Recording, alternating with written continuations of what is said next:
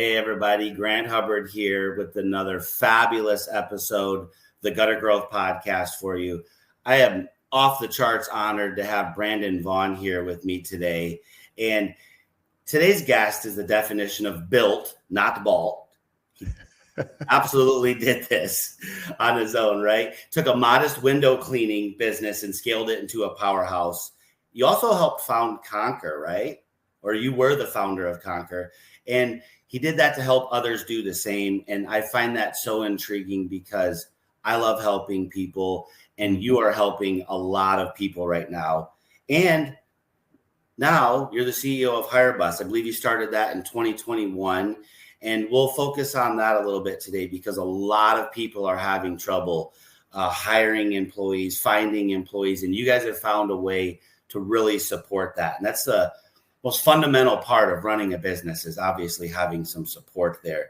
So thank you so much for joining me, Brandon.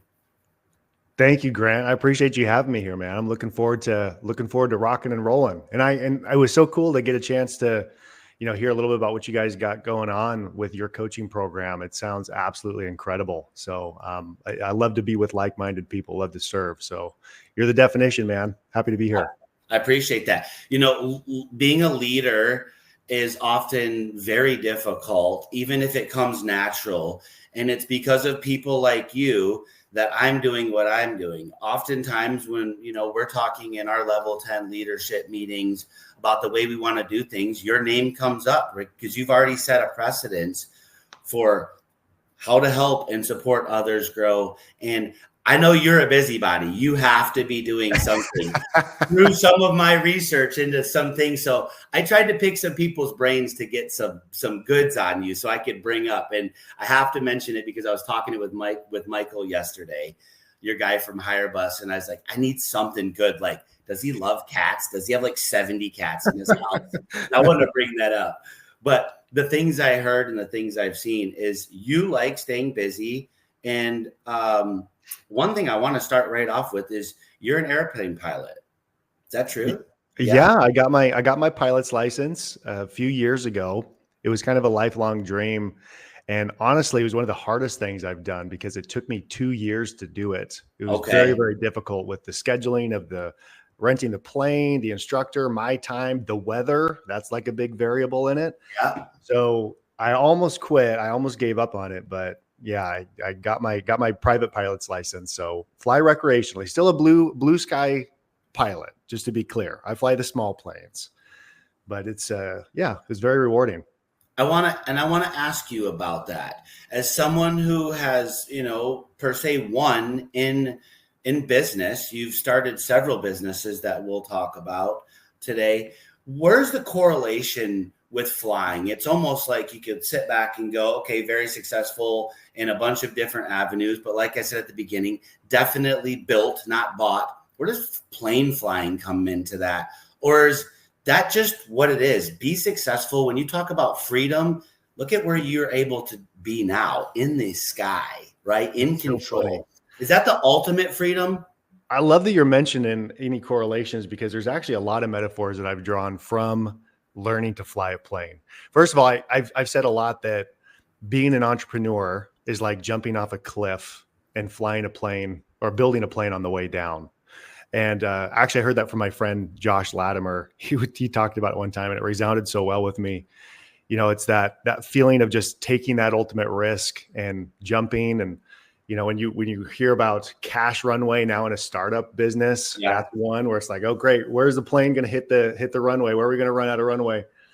There's so many correlations between that. But the thing that I think was most fulfilling and pushed my personal growth the most was that there's just a lot of studying and head knowledge and research and memorization. And for me, I struggle with that. Someone who has ADHD, it's hard for me to kind of, really memorize a lot of details. Okay. And there are so many checklists and processes. And I think that was the part that really pushed me the most as far as my personal growth went, because it was a long-term project. Mm-hmm. It required, I couldn't rush it. And I required to do, just a lot of study and the diligence and the repetition and the research. And And for me, it was very rewarding to actually get that pilot's license and be able to take other people up in the plane with me and kind of share something. And I like to share. I like to share experiences. And what if 3 days could unlock the growth your gutter business needs to dominate your market?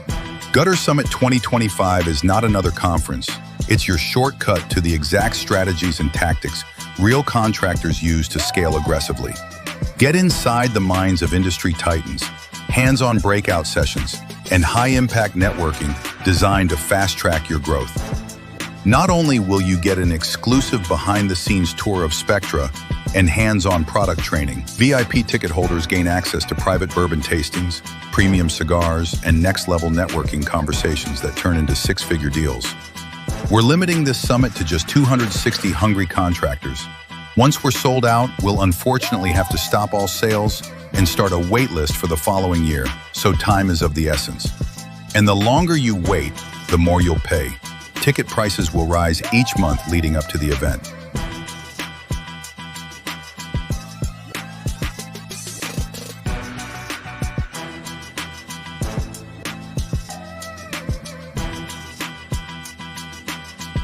Gutter Summit, Atlanta, Georgia, at the beautiful Georgian Terrace Hotel. Practical tactics, proven growth, unparalleled value. Your next level breakthrough starts here. Reserve your spot. And climbing into a tiny plane with me as passenger is quite a thrilling experience. Yes. Well, especially if you're coming down for the landing right at the end and it's bouncing around a lot. It's like, whoa. So it's it's fun. I often find that successful entrepreneurs, again, and I was kind of segueing into that, like, yeah, so you can fly alone, that's one thing, but now to be in control and share that experience with others, very similar to, you also play the piano. I do. And this is probably something that you don't, I mean, would you, if you sat down in the mall, would you play? Are you one of those people that's like, you love to just share it? And if you were in the vibe, would you start to play? Oh, that's a good question. I'd say I'm not. I don't know if I'm the guy that just goes and sits down at the piano and just starts playing in front of a lot of people. I'd say that music for me has always been a lot more of like a personal thing. So I write my own music, I compose my own music, I produce. Okay. And I did a lot more of that when I was younger, and have actually fallen off from doing it as often as I don't want to say as I'd like, because I actually feel like I have it in kind of the correct proportion to the other aspects that I have in my life. But it is very important to me. And the creative side of my personality when it comes to music and art and, taking something that didn't exist and then, putting it into being, creating it into existence, having an idea and creating that existence. One of the things that I kind of found was the ultimate creative expression for me was through business and coming up with an idea to serve someone that solved a really big pain point, and then create it and actually like come up with a brand and a story and, a narrative and a product. And it hands down scratches that same itch, the desire to create. Yeah. And made in God's image, like we're born to be creators. And for me, that's something that always has been a big part of who I am. Well, you can't play as much piano because you can't play piano while you're in a plane. No. Or maybe that's what's next. Yeah, maybe so. Maybe I got to do a live stream piano show while I'm flying and live stream. So that might be interesting.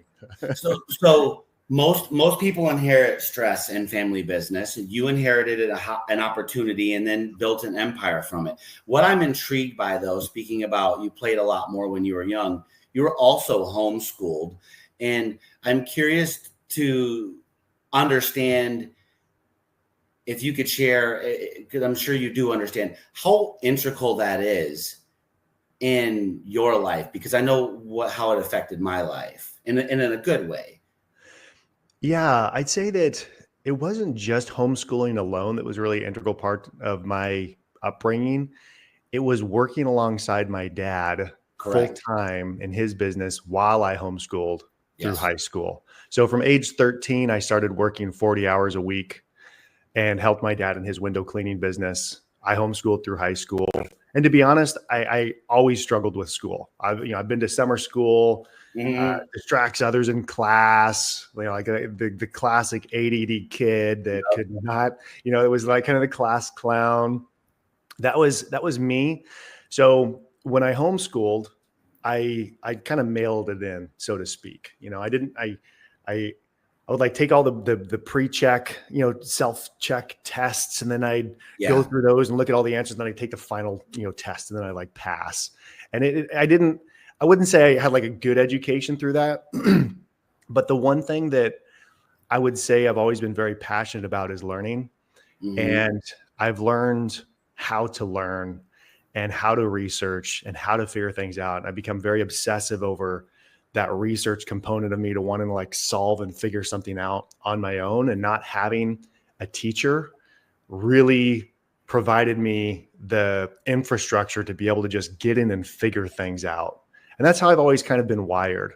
And then working with my dad full time while I was, going through school, I was talking to customers because we were washing windows. So we were inside customers' houses, and I was talking to grownups and adults. And it really got me a good opportunity to rehearse a lot of my people skills and, talk to these adults, because they're the only people in my life that pretty much I would interact with, outside of like friends after school type of a thing. So in a lot of ways, it felt like it kind of matured my mindset, because, my dad would really push me to, find out a bunch of information about a customer while you're there, ask them a lot of questions, find out their personal interests, and then like I'll quiz you in the car afterwards. Yes. Awesome. And that was really cool. That was very valuable. Well, because there's a learning experience, and then very quickly after, there's another learning experience about what we experienced. I do that often as a father of 6. So I try to make sure. Let's go. Professional baby maker up here. Come on, man. I was telling you about the businesses we've opened. I've got to have one, or 2 or 3 for every kid that I have. That's funny. Being a father has been the biggest learning experience, of course, if you use it like that. But to the point I was making, I do that very often with my children, is make sure that I give them direction, and the direction is to look for an opportunity to grow. And then not very long after, let's talk about the emotions behind it, what was learned. Are we going to change any behaviors? Is there any modifications that can happen immediately so that we can create a different experience if we need to next time, right? Maybe the way that you load a wheelbarrow, don't overload it, right? And are we going to overload it immediately? So if we stop and have growth moments, right, we can really, and I had a lot of those through my upbringing, working with my father, being home, being schooled from home. Yeah. That takes me to my next question for you. So with HireBus, was any of that idea, or what part of that idea in your brain came from those experiences with your father? And I'll be a little bit more specific. Was your dad a systems guy? Because my dad was an engineer and everything was about logic, but there wasn't actually systems. At work, there was systems, but at home, we tried to have that happen, or in some of the little small businesses we did when we would help do roofs or something.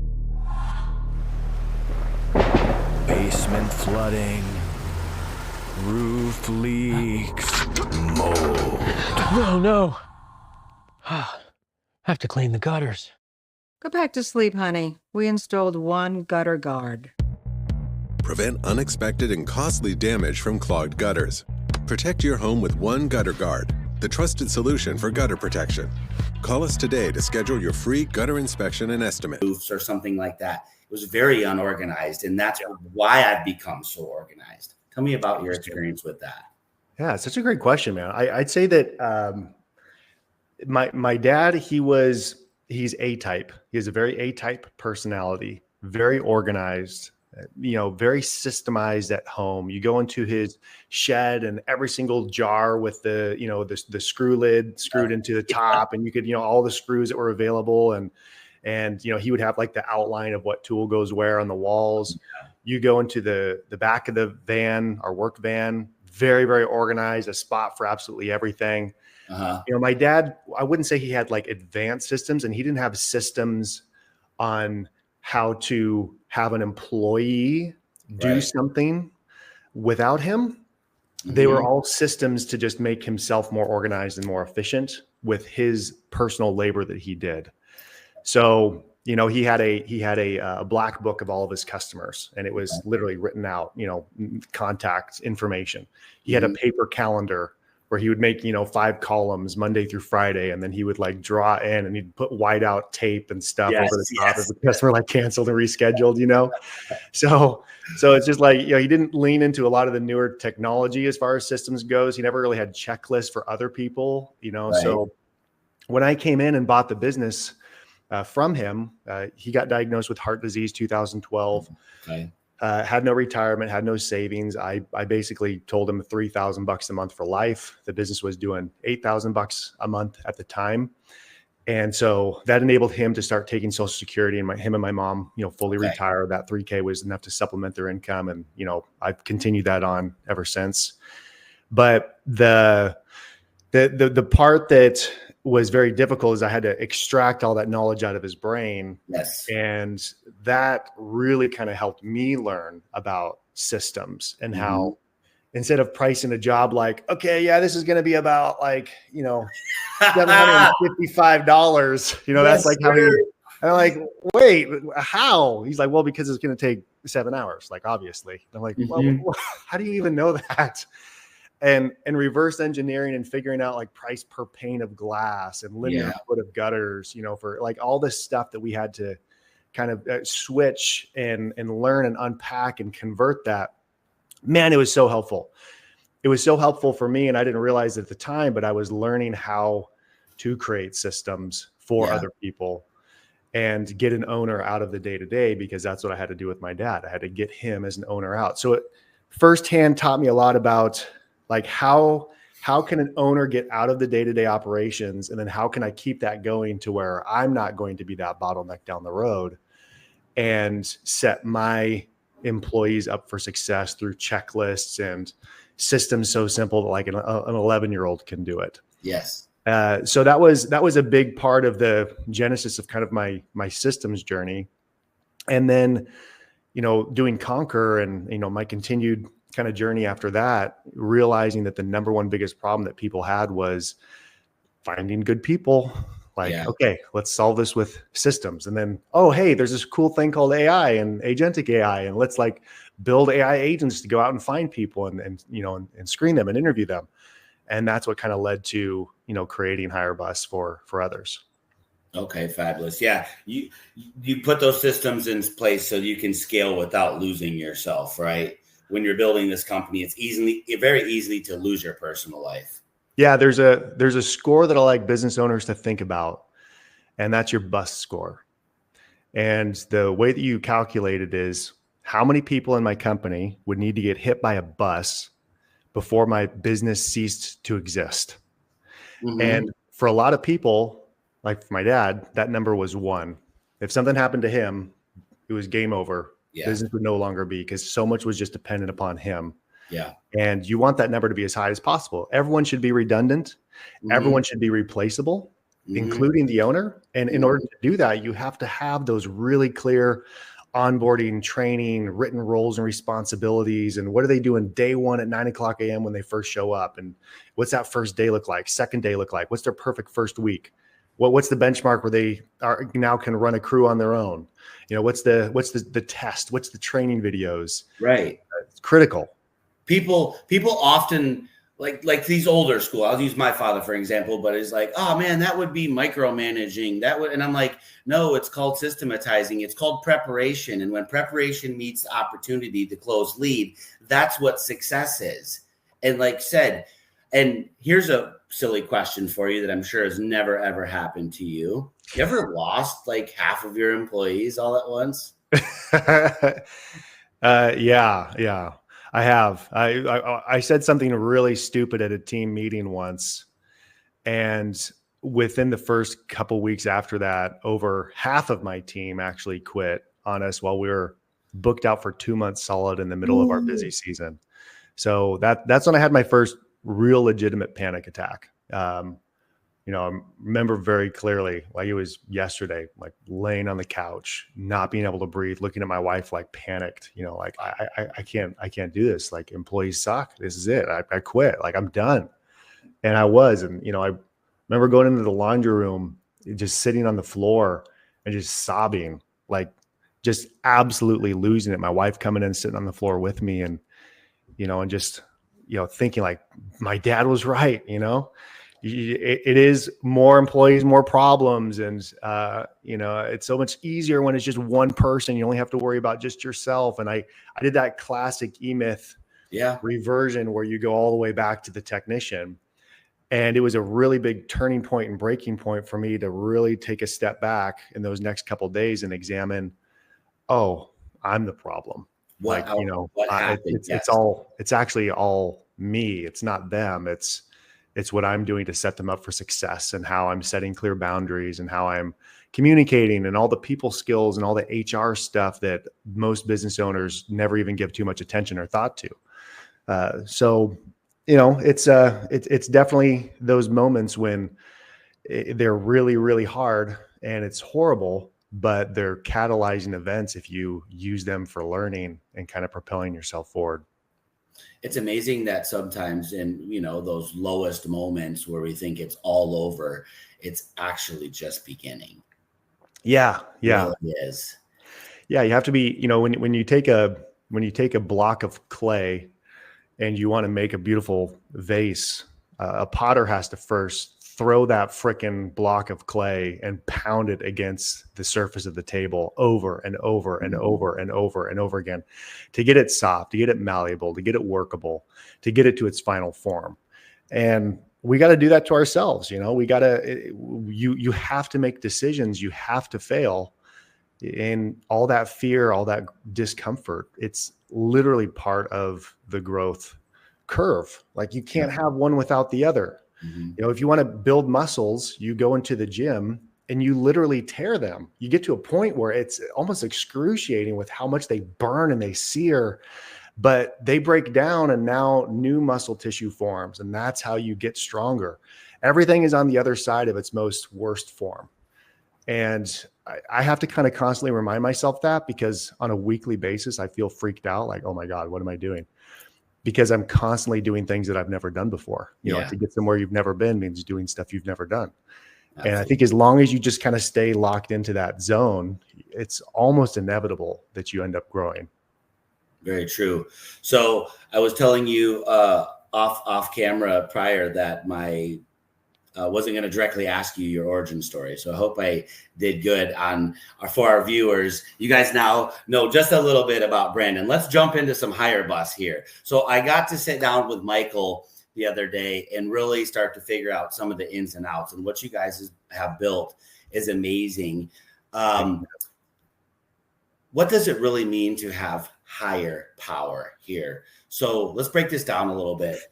What does it actually mean to have higher power in your business? Is it people? Is it systems? Or is it like this mindset shift? What do you think, Brandon? I think that one of the biggest things that if there's one thing that I could get the person that's listening to this podcast to connect, it is that at the end of the day, recruiting, hiring is a marketing problem to solve. So all the same things that you have to go out and market for your external customers, you need to have for your internal customers, your employees. So if you think about like external customers, okay, we got a website with a landing page, we have marketing videos, we have pricing pages, we have brochures, we know exactly who our target customer is. We know where to advertise. We know what messaging to put on that advertisement. We know how to get those external, we know how to talk to them. We know how to deliver an amazing service, like all those things, external customers. Internal customers, well, careers page, written jobs and responsibilities, a careers video, like what it's like to work for a company. What's the opportunity? What does that first perfect experience look like when they come into our company? How do we get them engaged? How do we deliver an amazing experience for that customer? And how do we get them bought in? How do we get them to become raving fans where they tell all their family and friends about what an awesome experience it is working for or working with our company? Right. And we focus so much on this because, but this literally represents half of our business. Yeah. You can't have a business without employees and customers. And I think that's the big miss that a lot of people see, or a lot of people have, is that they don't have that adequate sense of balance, of understanding that you have to put in a budget and intentional effort and work and systems into this part of it. Instead, usually what happens is people are just highly reactive. Crap, John quit. Michael didn't show up for work. So-and-so, just got like a DUI. Now I must find someone, gun to the head. Otherwise I'm losing thousands of dollars a day in lost production. Yep. Like with that pressure to find somebody now, if it's that way all the time, it's impossible to pick someone well. And onboard them well. What's that? And onboard them well, because when you're playing from behind and the customers need the job done now, you hire them and you just throw them to who you think is your best employee. He subsequently onboards them through these emotional discussions about what today's going to be like and what it's like working for the company. And that's their first experience. Yeah. That's exactly right. Whole thing's a disaster. Yeah. And so it's that type of mindset shift where if you start thinking about, okay, best practices are you should be recruiting 365 days a year, rather than just like, I have my job ads up and I just grab like a selection of people from the couple weeks that I'm trying to desperately hire someone. Let's expand that into all 52 weeks. And then I'm going to build a talent bench. Yes. So, what that looks like is, okay, let's say we're genuinely full. I have no more openings. I'm still doing interviews. I'm still talking to people. I'm still finding people. And then I'm saying, hey, we're anticipating an opening coming up here really soon. Can I put you on our waiting list? Most people say yes. Now you have a marketable customer base. Mm-hmm. When a job opening pops up, you can send out a blast and you've already talked to people. And it may be 6 months later, a year later, but you'd be surprised at if you do a really good job of selling the opportunity of what it's like to work here with performance pay and company culture and just how good of a fit this business would be for them. People are clamoring to get that next opening, and it changes your power dynamic where instead of all the employees saying, well, what's he going to do? Fire me if I don't do this? Right. I don't see anyone else lining up for this job. Like, he's lucky to have me. They're like, oh crap, I got to make sure I do my checklist every day and I show up to work on time, because there's a line of people that want this job. And mentally, psychologically, it does something to not only yourself, but also to your employees. You just don't tolerate the same kind of garbage. Right. And it does. It rebalances that power dynamic to where, you're like, man, John's been showing up to late several times over the last like few weeks. Let me take that interview. Let's bring this person in and let's try him out for a little bit. With Wise Coatings, we have 280 people on a waiting list right now to join our companies. And it just feels so much different when you're in that position. Yeah, I bet. What is your philosophy? And I believe this is still on topic. I was talking with Michael, and I'm a very firm believer. And, today we're talking probably to a lot of very small business owners here in this niche seamless gutter market, right? There's appears to be around 14,000-ish gutter companies in the United States that are recognized, and probably 13,800 of them are owner operators, trucking the trucks, which we all respect and love. They're doing their thing. From your perspective, should the owner be doing the hiring? And what I mean by that is, when you have 5 to 10 employees, because I'm against it. I don't think in all scenarios, but in most, the owner should not be the one. He can make the final decision, but the interviewing process, I really love, whether it's this leadership training, or your assistant manager or manager. We know once you get general managers, they're usually doing that. But when you're just a small little 6-person company, I find that a lot of the owners sit in there and tell you about what they have to offer. I pay on Fridays. I like things done this way. While you're working for me, this is what's going to happen.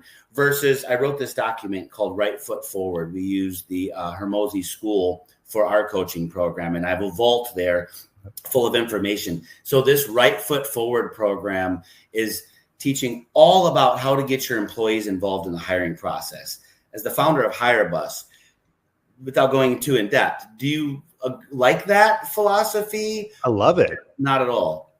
I love it. Yeah, absolutely. I love it. I think it's massively important that other people on your team get involved in the employee selection process, because it helps with buy-in, first of all. Yeah. And it gives empowerment to employees to feel, one of the things that I would always tell all of my employees is, guys, I'm going to give you a gift.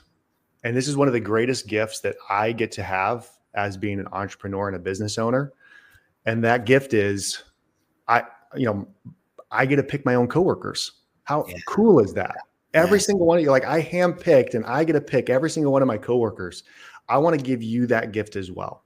Mm-hmm. So we print up cards that would say, "You're awesome. Let's talk."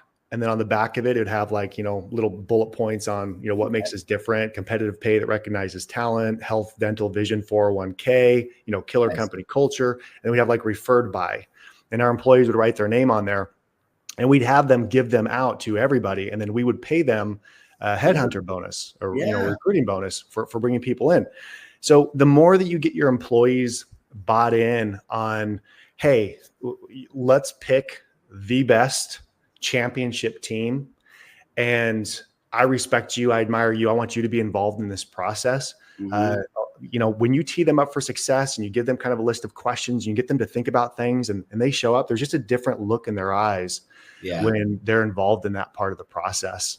And then even during working interviews, I'm a big fan of working interviews before you hire someone.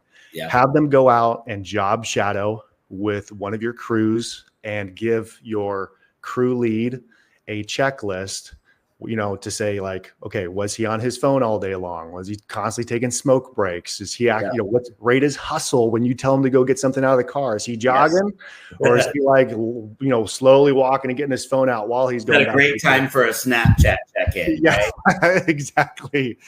So, those types of things, really help kind of get the buy-in. And it's also good for the prospective employee that comes in too, because I tell them, hey, you get an opportunity to kind of try before you buy, so to speak.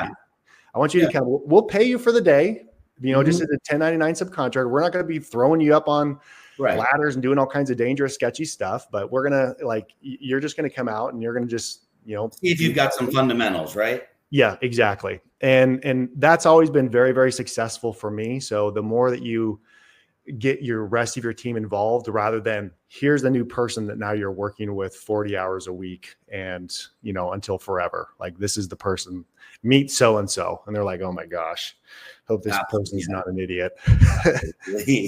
We have them. I love that, because the new recruit or the person being interviewed, when they come in and they're interviewed, that whole process you just talked about, by their peers. And, that right foot forward I'm talking about is your employees putting their right foot forward and either telling people that they love the place, and it creates this a whole new form of accountability and almost ownership in the company. And they protect that culture that they've built. They don't protect the culture that you've built always, right? And that's such a good idea. I'm so glad that you mentioned that, Grant. It's so smart. I hope people really kind of understand what it is you mentioned, that right foot forward, because if you are going to send a prospective employee out with one of your crew members, I think a lot of people would be surprised at what some of their employees say to new employees and new trainees. Most all of them are not. You got to train the trainer. You got to coach the trainer to, how they need to present things, what they should be talking about, what they shouldn't be talking about. Because I've been appalled sometimes when I've heard back from new employees that went out with a crew lead that was not an official trainer. Right. And he just started dogging on certain things. And, and it's like, oh, shoot, And it was mostly because this guy was, this crew lead just didn't want to work with this guy. He was Right. happier working with his last crew member, and he was just bitter. And so he was just trying to scare the guy off. It's like, oh man, that's not good. I think the science of that, Brandon, is making them have ownership. And that's why, although they are employees, I try to call them partners, because although they can't, go to the bank and pull out equity, they don't have an equity stake.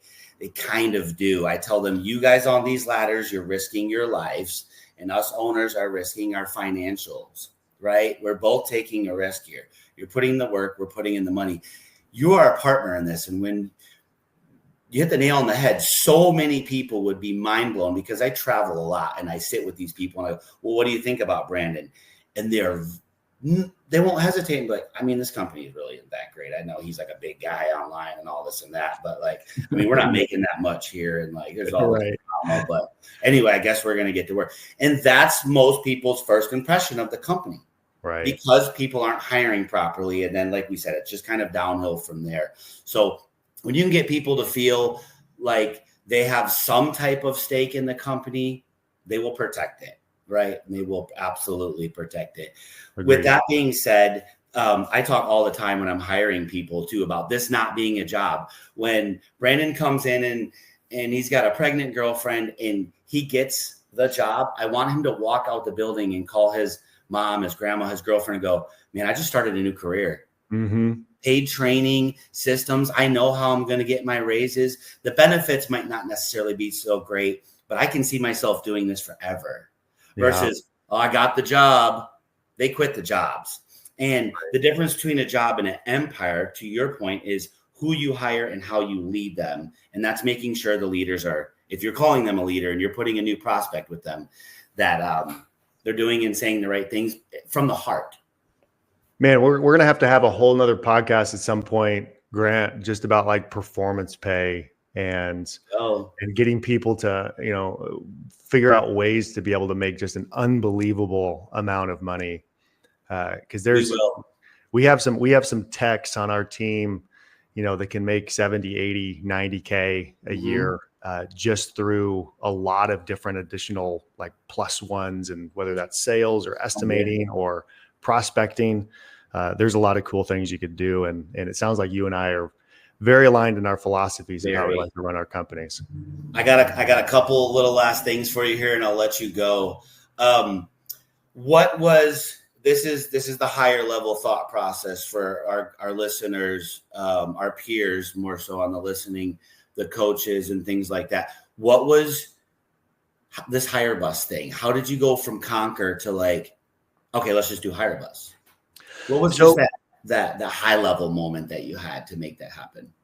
So I had a project called Map to a Million on YouTube, where I wanted to start a brand new business from zero, document growing it from 0 to 7 figures. Okay. We went from, and that's Wise Coatings. We did that January 2021. We went from 0 to 100 grand a month in 4 months. So went from 0 to 7 employees in about 2.5, 3 months. Okay. And then hit 7 figures our first year. Now we have 39 locations across the country. And I started that company as a YouTube channel or a YouTube project while I was full-time CEO of Conquer. And I did it with the purpose of here's how you start a business without doing any work in the field, without doing any sales, without even answering a phone call. And you just focused on hiring the right people and marketing and systems. That's where you're going to be focusing.